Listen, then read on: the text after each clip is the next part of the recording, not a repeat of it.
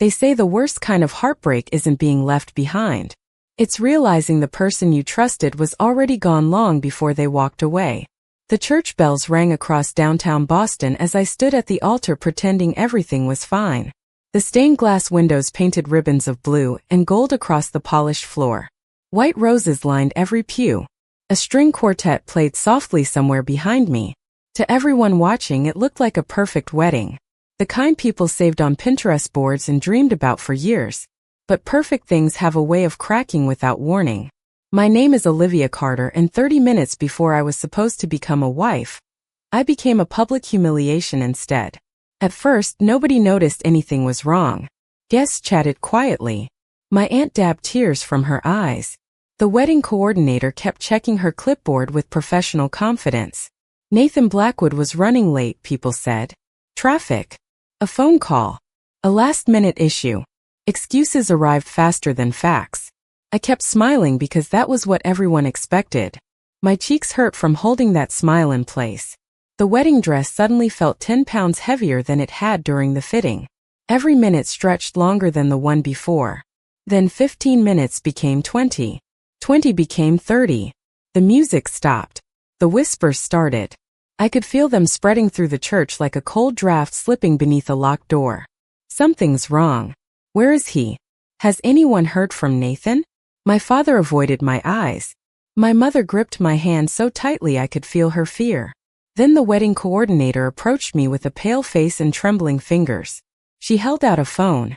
Miss Carter, I think you need to see this. My stomach dropped before I even looked. The message was short. Brutally short. No explanation. No apology. No phone call. Just a few words that shattered an entire future. I never loved you. Don't look for me. The world didn't stop. That's what surprised me most. The chandelier still glowed overhead. The flowers still smelled sweet. Somewhere outside, traffic continued moving through the city. But inside my chest, something collapsed. My knees almost gave out beneath me. I read the message again. Then again. Hoping the words would somehow rearrange themselves into something less cruel. They didn't.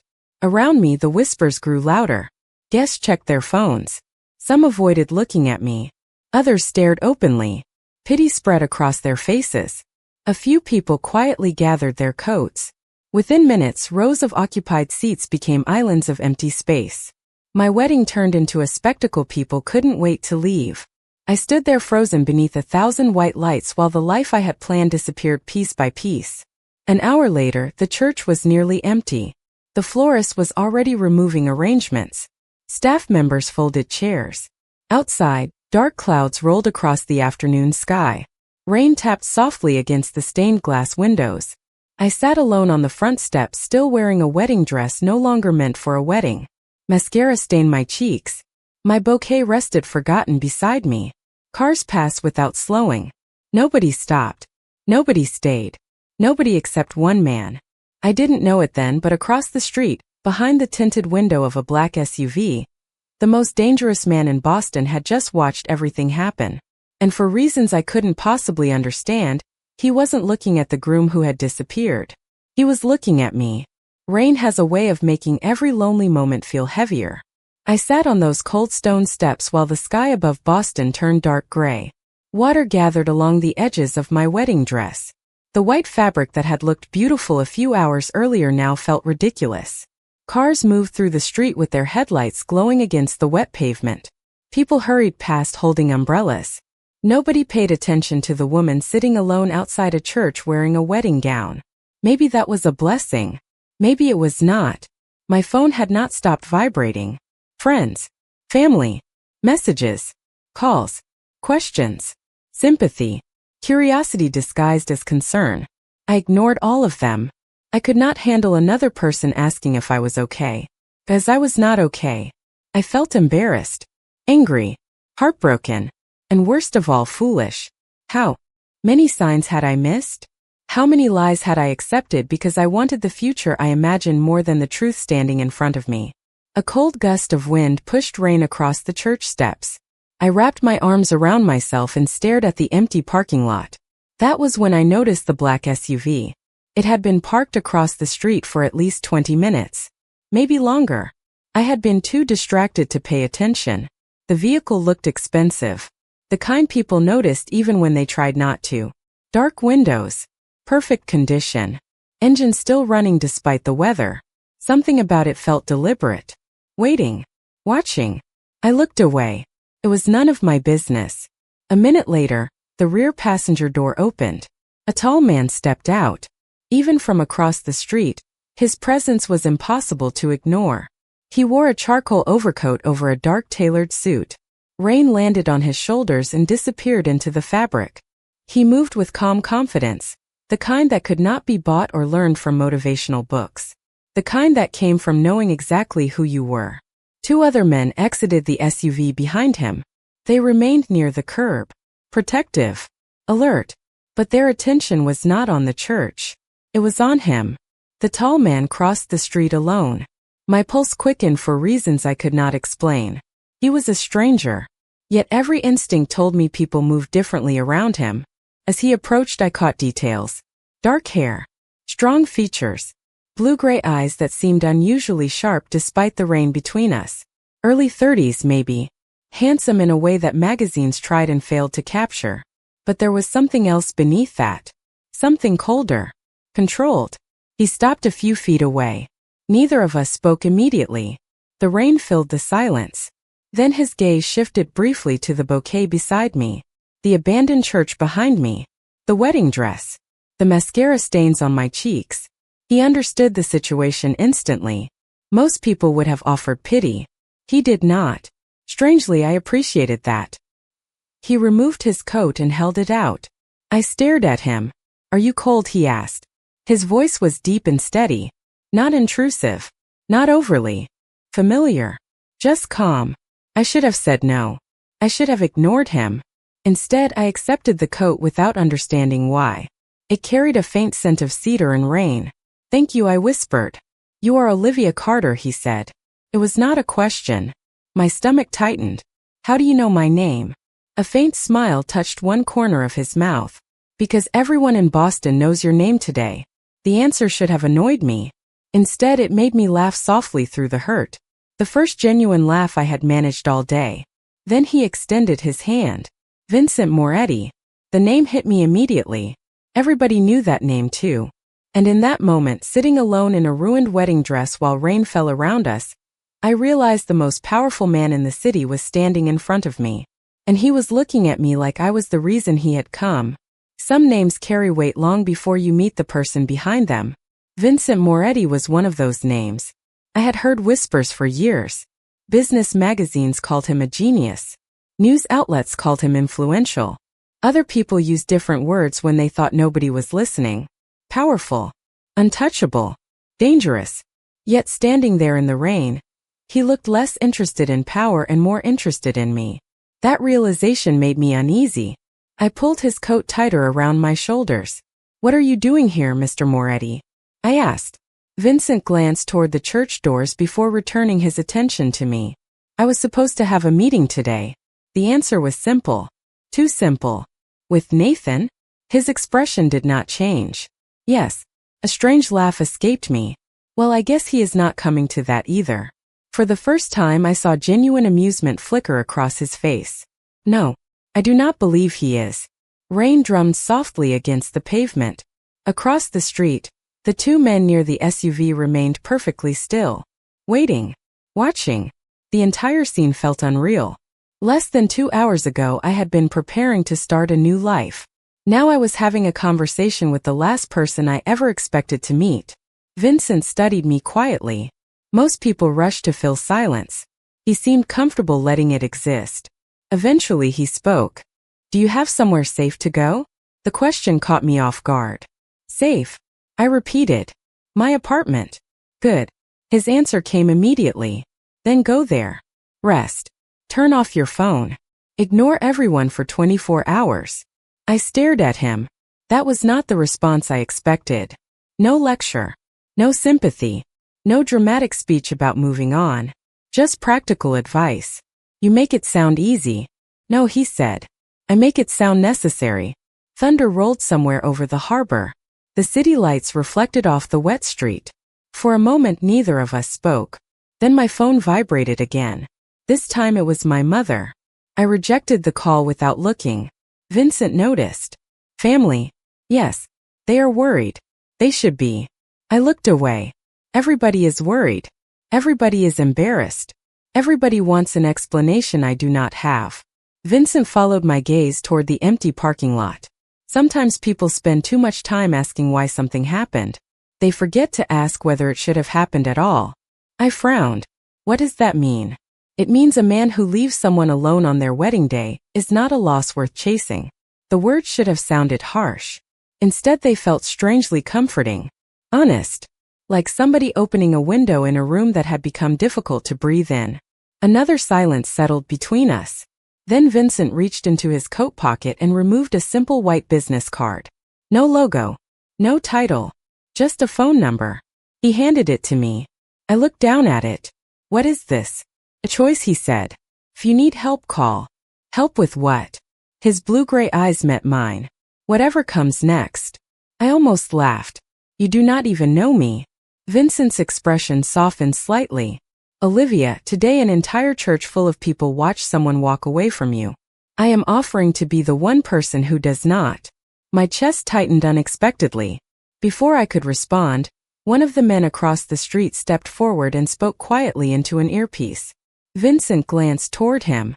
Something had changed. Something had his attention. He looked back at me one final time. Go home, Olivia. Get some rest. Tomorrow will be difficult enough without facing it exhausted. Then he turned and walked toward the waiting SUV. I watched him disappear into the rain. The vehicle pulled away from the curb and vanished into traffic. I looked down at the business card still resting in my hand. At the time, I thought it was nothing more than a polite gesture. I had no idea that accepting that card was the first step toward uncovering a secret Nathan had hidden from me for years. The next morning felt like waking up inside someone else's disaster. Sunlight spilled through my apartment windows, but nothing looked familiar anymore. My wedding dress hung over a dining chair like evidence from a crime scene nobody wanted to discuss.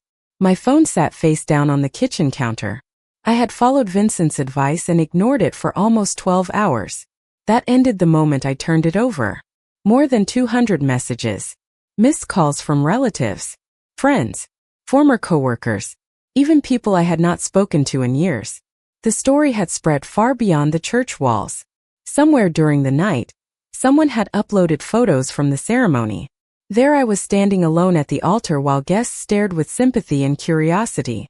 Headlines appeared on local blogs before breakfast. The abandoned bride. The missing groom.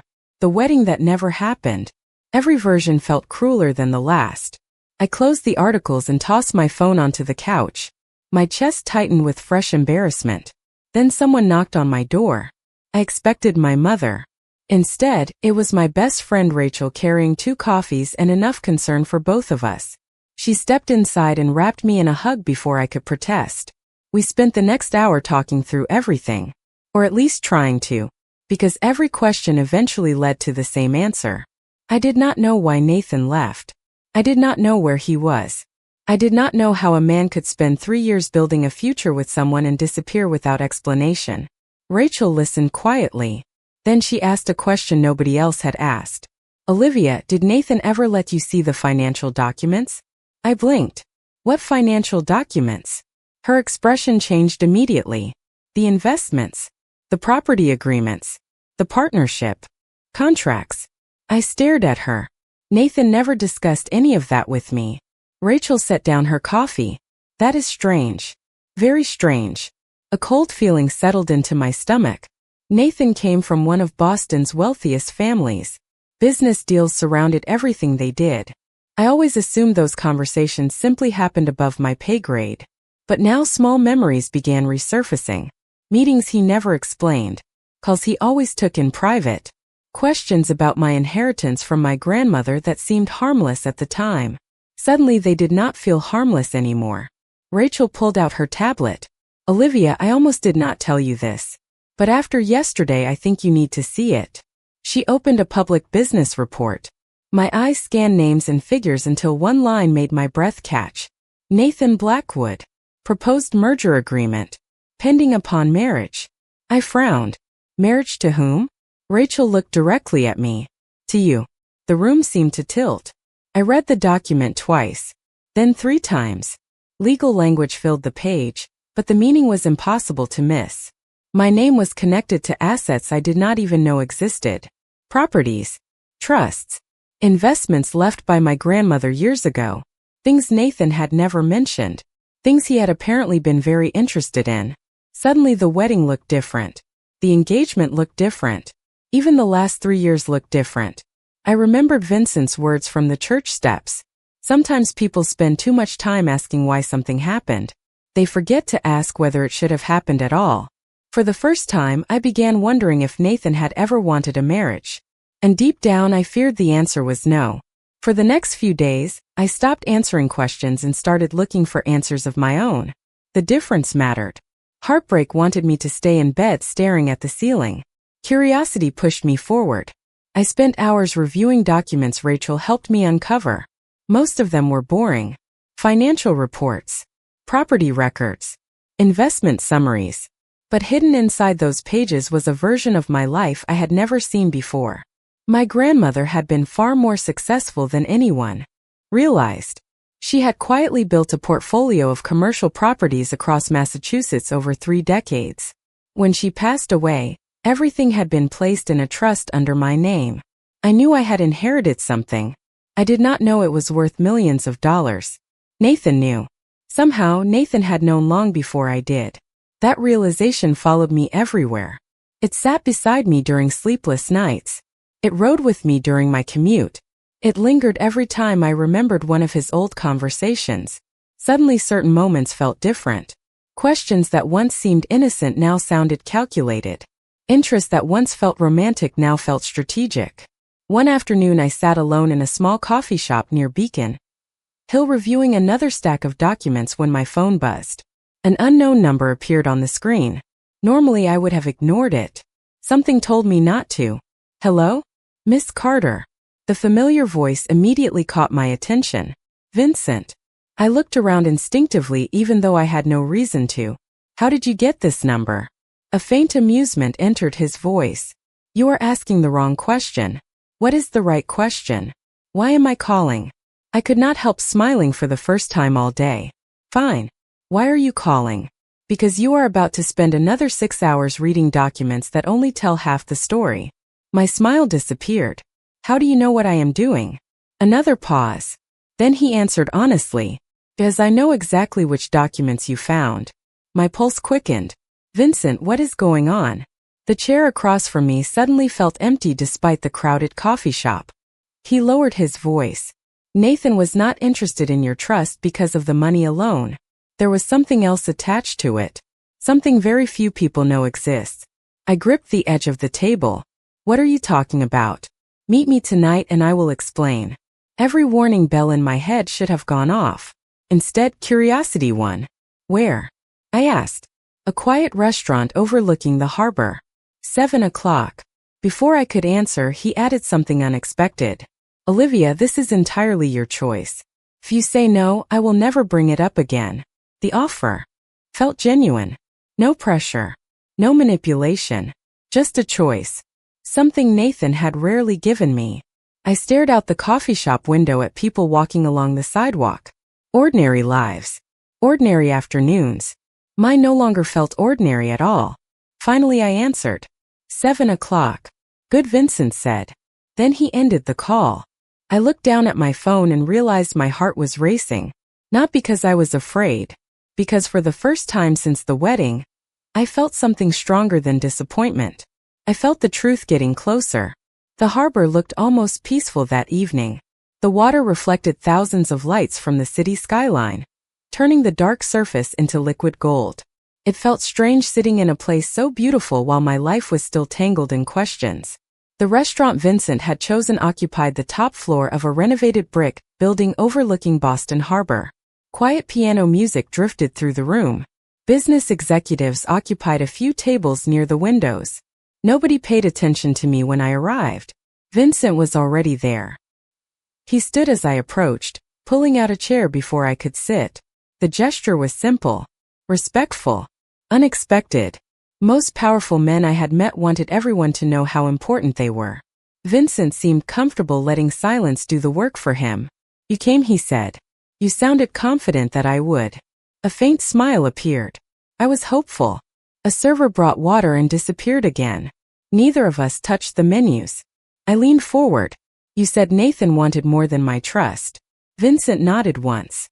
Then he slid a thin folder across the table. I opened it carefully. Inside were copies of old photographs, legal records, newspaper clippings dating back more than 20 years. The names meant nothing to me at first. Then I saw my grandmother's name. My breath caught. "What is this?" "Family history," Vincent said quietly. "The kind most people forget." I studied the documents.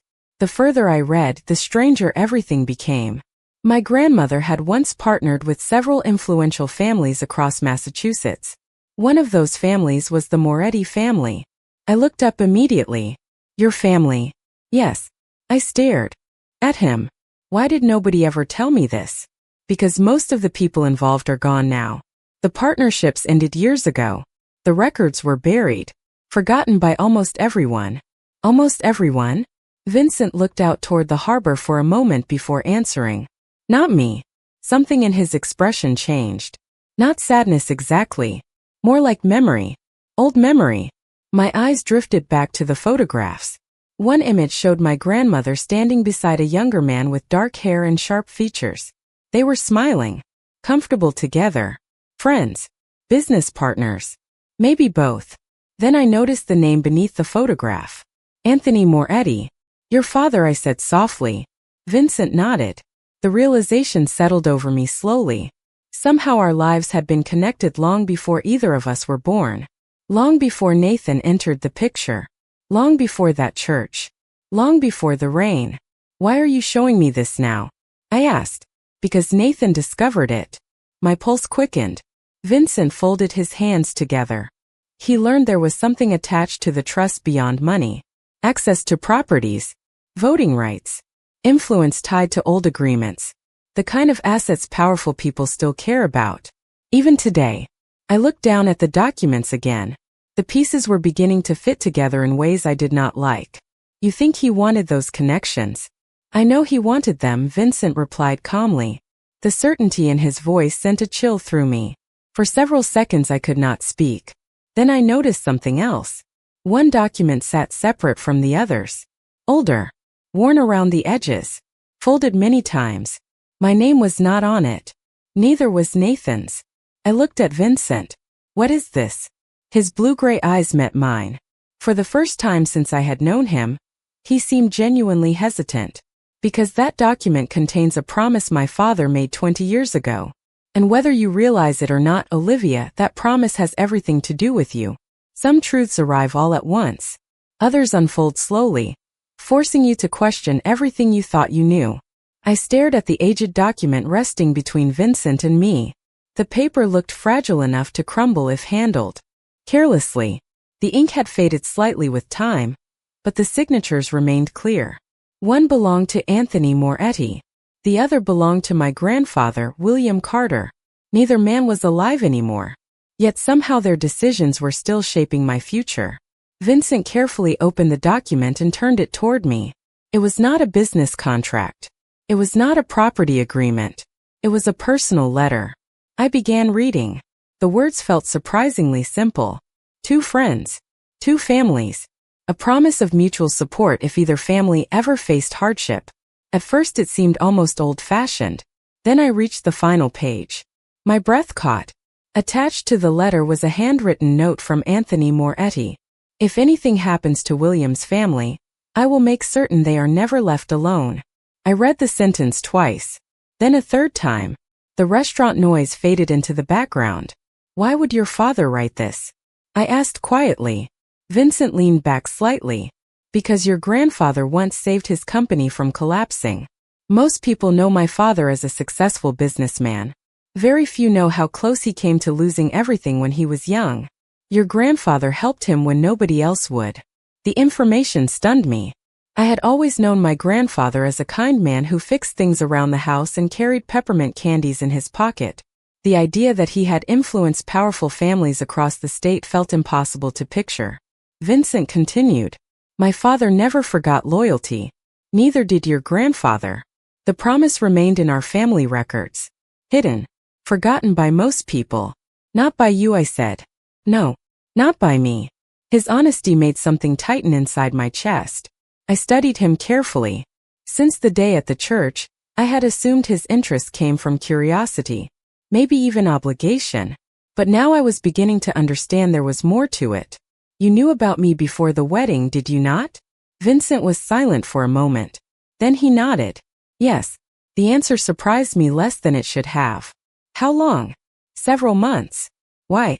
"Because Nathan started asking questions about your trust. The moment his inquiries appeared, so did your name." I looked down at the letter again. "You were watching because of this promise." "Partly." The word caught my attention immediately. "Partly?" For the first time, Vincent looked away. Out beyond the windows, boats drifted across the dark harbor beneath scattered lights. When he finally answered, his voice seemed quieter. "The promise is why I noticed you. It is not why I stayed interested." Heat rose unexpectedly into my cheeks. I hated that reaction. Vincent Moretti was not a man who wasted words. Every sentence seemed deliberate, which made his answer impossible to ignore. Before I could respond, his phone vibrated on the table.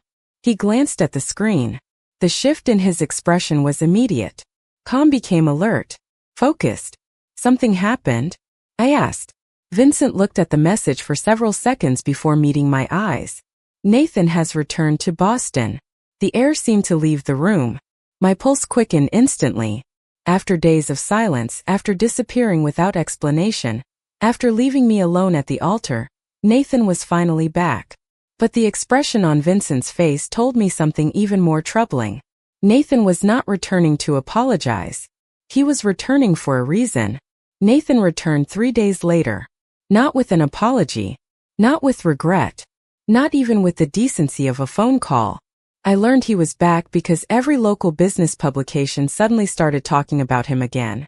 Interviews, appearances, public statements. It was as if he had vanished from my wedding and stepped directly into a carefully planned public relations campaign. The realization made me sick. While I was trying to rebuild my life, he was rebuilding his image. I sat in my apartment staring at an article on my laptop when my phone buzzed. "Vincent." I answered immediately. "He is moving faster than I expected," Vincent said without greeting. "What does that mean?" "It means Nathan is trying to regain access to the agreements connected to your trust." I rubbed my forehead. "How can he do that? We are not married." "Exactly. That is the problem." I frowned. For several seconds neither of us spoke. Then Vincent continued. "Olivia, I need you to understand something. The wedding was never the final goal. It was simply the easiest path." A chill moved through me. If the marriage was not the goal, then what was? Control. The answer arrived instantly. Calm. Certain. The kind of certainty that comes from already knowing the truth. Later that evening I met Vincent at his office. It occupied the top floor of a modern building overlooking the city. Floor-to-ceiling windows revealed Boston glowing beneath the night sky. Everything about the space reflected discipline rather than luxury. Clean lines, organized desks, quiet efficiency. Not what I expected from a man with his reputation. Vincent stood near the windows reviewing several documents. When I entered, he handed me a folder. Inside were records showing recent attempts to access information connected to my trust. The requests were legal, technical, carefully structured. Yet one name appeared repeatedly. Nathan Blackwood. My stomach tightened. He is still trying. Yes. Vincent closed the folder. Because he believes something valuable remains hidden there.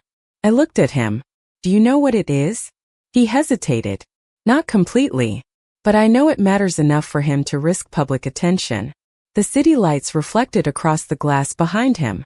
For a moment he seemed less like a powerful businessman, and more like a man carrying responsibilities nobody else could see. Then his phone vibrated. He checked the message and sighed softly. "Bad news?" I asked. "Not exactly." He slipped the phone back into his pocket. "Nathan has requested a meeting with me." The words caught me off guard. "Why?" Because he knows I have been helping you. My pulse quickened. Vincent remained calm. Almost too calm. Are you going to meet him? Yes. The answer came immediately. Why? Because sometimes the fastest way to learn the truth is to listen when someone believes they are still in control. I stared at him. You already know he cannot be trusted. Vincent's expression softened slightly. Olivia, trust is not required for a conversation. Only preparation. I wanted to argue. Instead, I found myself studying him. Since the church, every difficult moment seemed to lead back to the same person. Not because he demanded my attention. Because he kept showing up when everyone else disappeared. Then he stepped closer and lowered his voice. There is something else you should know. My heartbeat quickened instantly. What? Nathan is not the only person looking for what is hidden inside your family's history. The room suddenly felt smaller. What are you saying? Vincent held my gaze. I am saying your grandfather left behind more than a promise. And tomorrow, for the first time in 20 years, we may finally learn what it was. The next day began with answers and ended with a choice. Vincent arranged a meeting inside a private conference room overlooking the harbor. Morning sunlight reflected across the water while stacks of old records covered the table between us. Attorneys, financial advisors, historians, people who understood the complicated history connecting our families. For hours we reviewed documents that had remained untouched for decades. By noon the truth finally emerged. My grandfather had created more than a trust. He had established a charitable foundation designed to support schools, community centers, and scholarship programs throughout Massachusetts. Over the years, the foundation's assets had quietly grown into something remarkable. The value was significant, but that was not what mattered most. Control of the foundation came with influence over projects capable of helping thousands of families. Suddenly everything made sense. Nathan had never been chasing a simple inheritance. He wanted authority, visibility, access to something respected by the public. Something that could elevate his reputation and expand his influence. The realization hurt, but not as much as I expected. Maybe because by then I had already accepted the truth. The man I thought I loved never truly existed. The meeting ended shortly after lunch. As people filed out of the room, Vincent remained beside the window overlooking the harbor. For a long moment neither of us spoke. The city stretched beyond the glass. Busy, loud, alive. The same city that had watched me fall apart only weeks earlier. Everything feels different, I finally said. As it is different, Vincent replied. I smiled faintly. That is not exactly comforting. No, but it is honest. I walked toward the window and stood beside him. The silence felt easy now, familiar. I realized I had stopped waiting for him to leave. Somewhere along the way, his presence had become a source of calm. Nathan contacted me later that afternoon. The first direct message since the wedding. He wanted to explain, to apologize, to discuss the future. I stared at the message for several minutes before deleting it. Not because I hated him, not because I wanted revenge, because I was finished giving my future to someone who only valued what I could provide. That chapter was over.